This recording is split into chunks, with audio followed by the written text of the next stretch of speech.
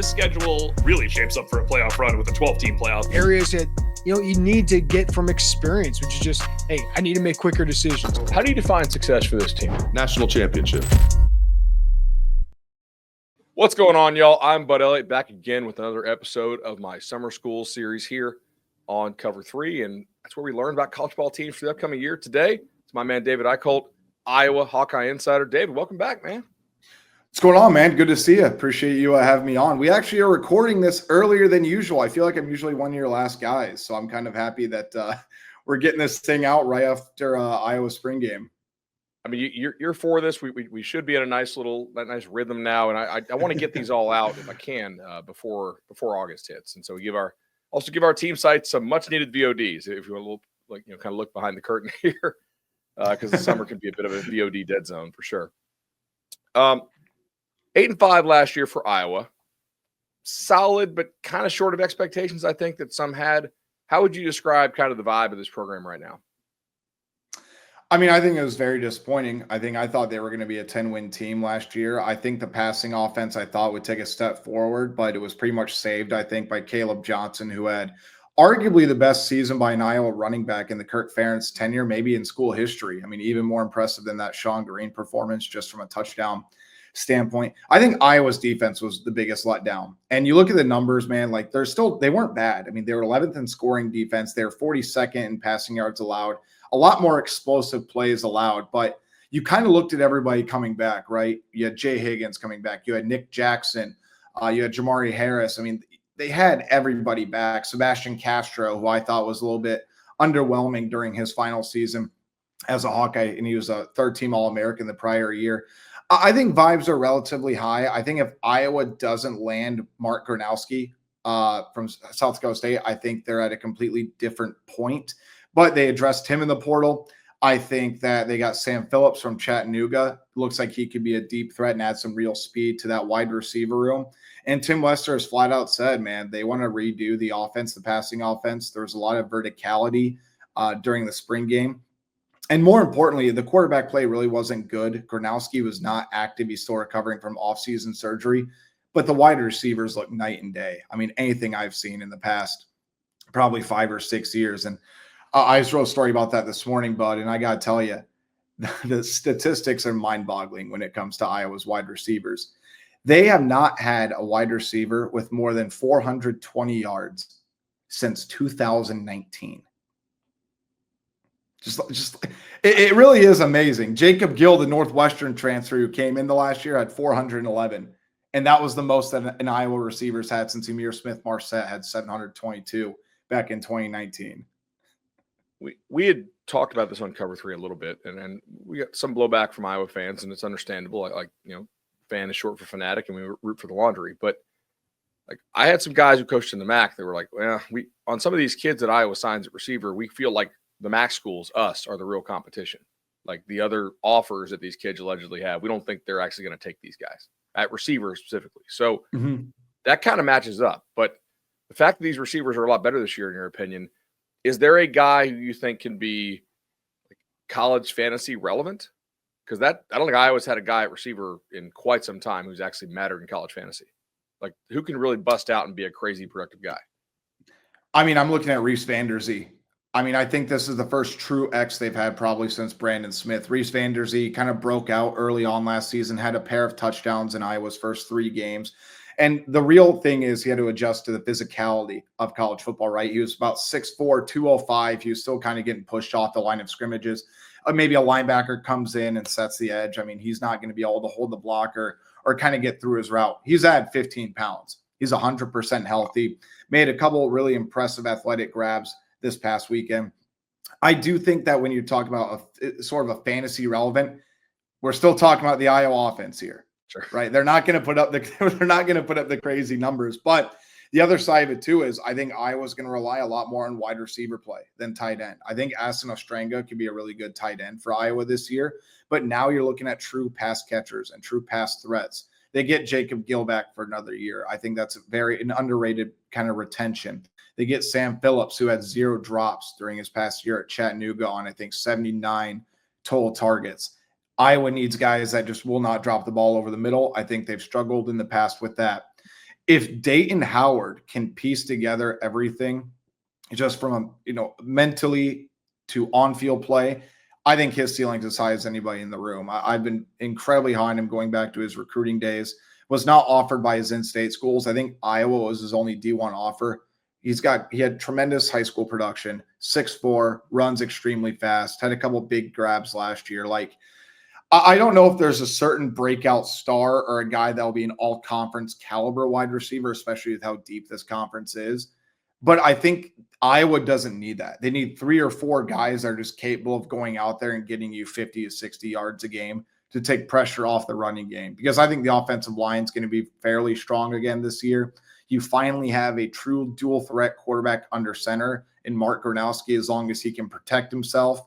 I really don't think there'll be a little bit of an adjustment maybe to Big Ten play, but just from a fundamental standpoint and a guy that knows how to win, I think he's different than any, Nate Stanley, but yeah, I think he's better than Nate Stanley too. I think the ceiling's higher there. I don't want to go back to Brad Banks, maybe Nathan Chandler, but we're digging about guys 15, 20 years ago, just from a pure skill set and production standpoint of what Iowa will have at quarterback. So I'm not going to say there's going to be a breakout fantasy star, Bud. We're talking about the same conference as Ohio State, USC. We'll see what happens with UCLA, with Nico being there obviously now and some of the things they showcased last year. But I do think Iowa's going to have competent wide receivers. And I think that's going to be very different than it's been in years past. You mentioned the dual threat ability of Gronowski. Is Iowa embracing that? Like, we really haven't seen them use that a whole lot. How's this going to work? So, when I knew the Brian Ferentz era was done, outside of, probably the 10,000 different warning signs that we saw, right? There was a press conference and he was asked about just basically trying to get the ball down the field and how having a quarterback that can make something out of nothing. And he said, well, that's what we call backyard football. Like if all 11 players are not lined up and it's not working out, like the play is going to be dead. I mean, right when you said backyard football and you look at the era of college football we're at, I mean, that really, really ticked off a lot of Iowa fans. And I think even the Iowa media were kind of looking at each other like, did he really just say that? Right? Tim Lester 2 weeks ago was asked about what Gronowski kind of brings to the table. And he basically just said, do you know how great it is to have a guy that can just get you out of a bad situation? He can make something happen with his legs. He can pick up a short check down. He can just throw the ball out of bounds to save a sack or to prevent a really negative play. So that alone, from a mindset standpoint of an offensive coordinator, that's really, really telling to me that they are going to give Gronowski the freedom to make those decisions. And I think even when you go back to last year, some of the plays that Brendan Sullivan made during his starts at Iowa, even in that bowl game when he kind of ran around, felt like the old Adrian Martinez run at Nebraska, where he did end up getting upfield, but he sort of ran 120 yards down and back, right?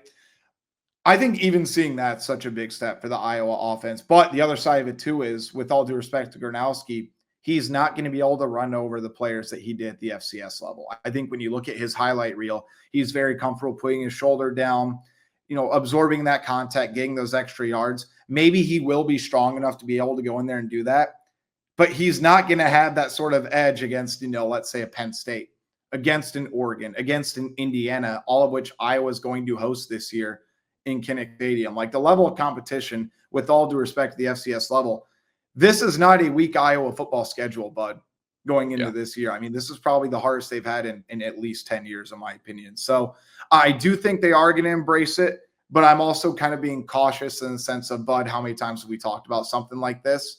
We got to be able to see it on Saturdays.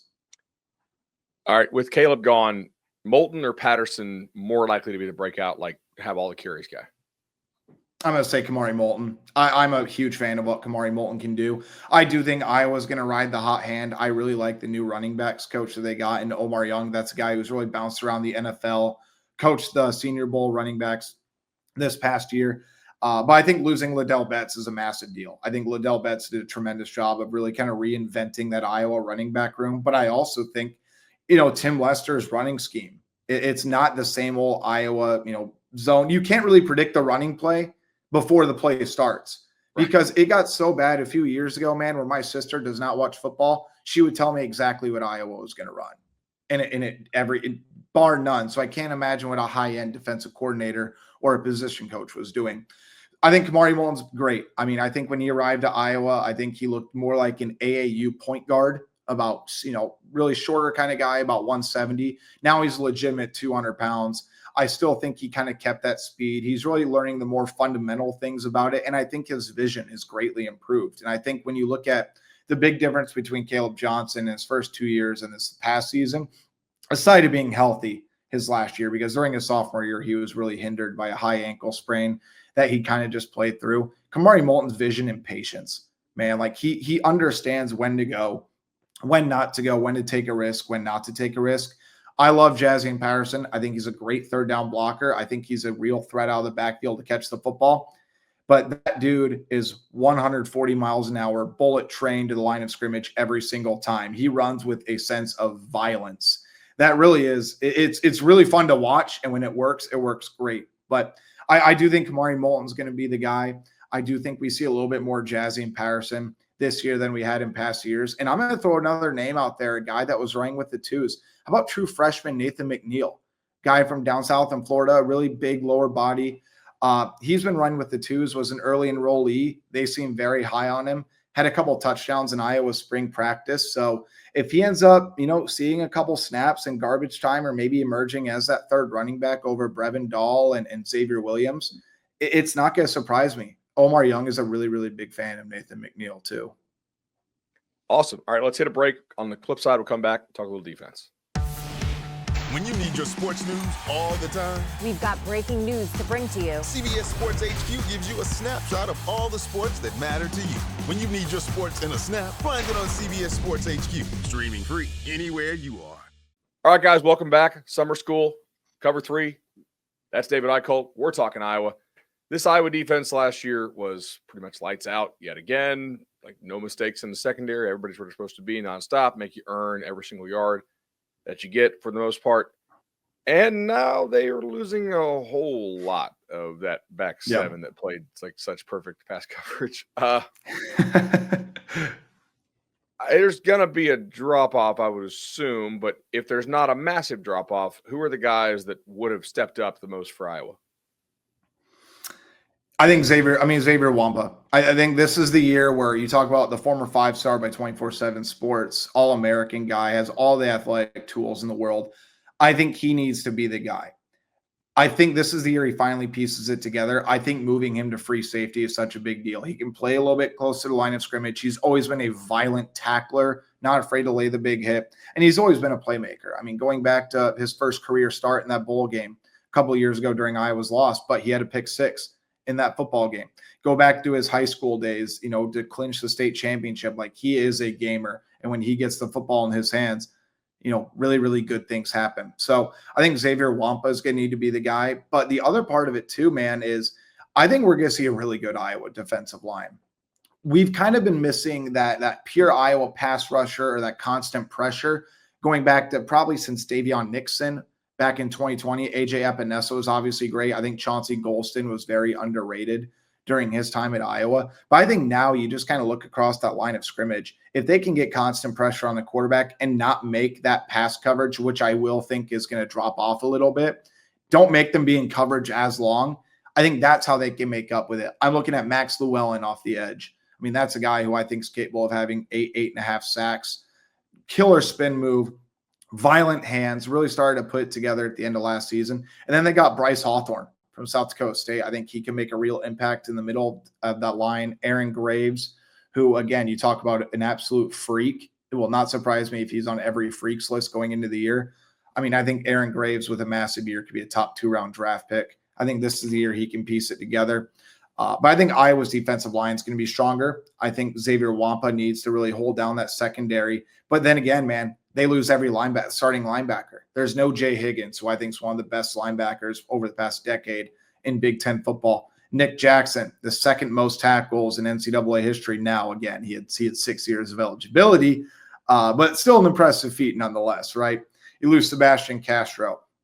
I mean, that back 7, man, as great as they've been over the course of Phil Parker's tenure, at least since I started covering this team about 8 years ago, I've never had more questions about the defense. It's one of those things where, like, I'm going to trust what Phil Parker is telling us. And Phil Parker, who I think is arguably a top 2, top 3 defensive coordinator in all of college football, what he says goes. I do think they're missing a true lockdown corner. I think TJ Hall has the capabilities, but he kind of had a rough go last year. Deshaun Lee is a very violent line of scrimmage type of guy, but I think can also get burnt downfield. So I think Iowa's really going to have to play into their P's and Q's. They can't take as many risks as I think as they did last season. But yeah, I mean, against some of these explosive passing teams, if for some reason Iowa's defensive front can't get pressure, I mean, it really is. I'm very, very eager to see what happens specifically against Iowa State in that early go against Rocco Becht. I know they lost a lot of really good wide receivers to the draft, but they know how to scheme up good things. Rocco Becht's a really, really good quarterback. But I'm very curious if Iowa can go out there and try to slow down what they're doing in that passing game. How would you define success for Iowa in 2025? You mentioned a bit of a more difficult schedule. I think they pull off one big upset in Kinnick, maybe reclaim some of that Kinnick at night talk, which we've talked, I think, countless times over the past 15 years. They're going to have ample opportunity. The big thing for Iowa is I don't think they're going to be in conference championship contention. I don't think they're going to be in playoff contention, barring a major change in the defense kind of upholding their own standard. I think if you can change the narrative around Iowa's passing game, that needs to be number one priority going into this year. Because I'll tell you, man, if you have Mark Gronowski taking a chance on your program, who, by the way, was very much pursued by many other Power 4 schools that offered more money than Iowa did, like, this was a perfect fit for Iowa and what they needed. He knows about the Iowa program. Family's 3 hours away. Didn't camp at Iowa. I think took one visit, but Iowa never seriously pursued him. They need to change the narrative about Iowa's passing game. Make the quarterback look good. Make a quarterback get drafted and push the ball down the field. Like, they don't need to be this sort of air raid offense like what USC does, Tennessee does. They don't need to put up these crazy, mind-blowing statistics. But if you're Mark Gronowski and you go out there and you have 2 or 3 280 to 300-yard passing games, you have multiple 500-yard receivers, you have deep play threats, the overall kind of playbook from the passing game completely changes, then I think you're looking at the portal next year with a real chance at getting some big-time players, right? You can go get another quarterback if you need it. I know Iowa's brought in a handful. They just got the Wake Forest quarterback. They just got Hank Brown from Auburn. Like, there is no quarterback that was on the roster last spring that went through spring football this year. Tim Lester completely cleared house, which I think was probably one of his more smarter decisions he's made during his short time as Iowa's coordinator. I think if you can pull off one big upset at home, you get to that 8 to 9 win threshold, and you change the narrative about the offense, especially in that passing game, then I think they're going into 2026 with a lot more optimism. I think fans are going to kind of get reignited from a sense. I think they were after last year with what Caleb Johnson did. But, man, Iowa cannot be 122nd passing yards again and expect to get some of these wide receivers that they're targeting out of the portal. Because, Bud, you're exactly right. Yeah. You talked about the MAC coaches that felt Iowa was real competition, and maybe that maybe they could still hold on to those guys even if Iowa offered. I mean, the proof's in the pudding. Iowa hasn't had an all-conference wide receiver since 2011 when Marvin McNutt won Big Ten wide receiver of the year.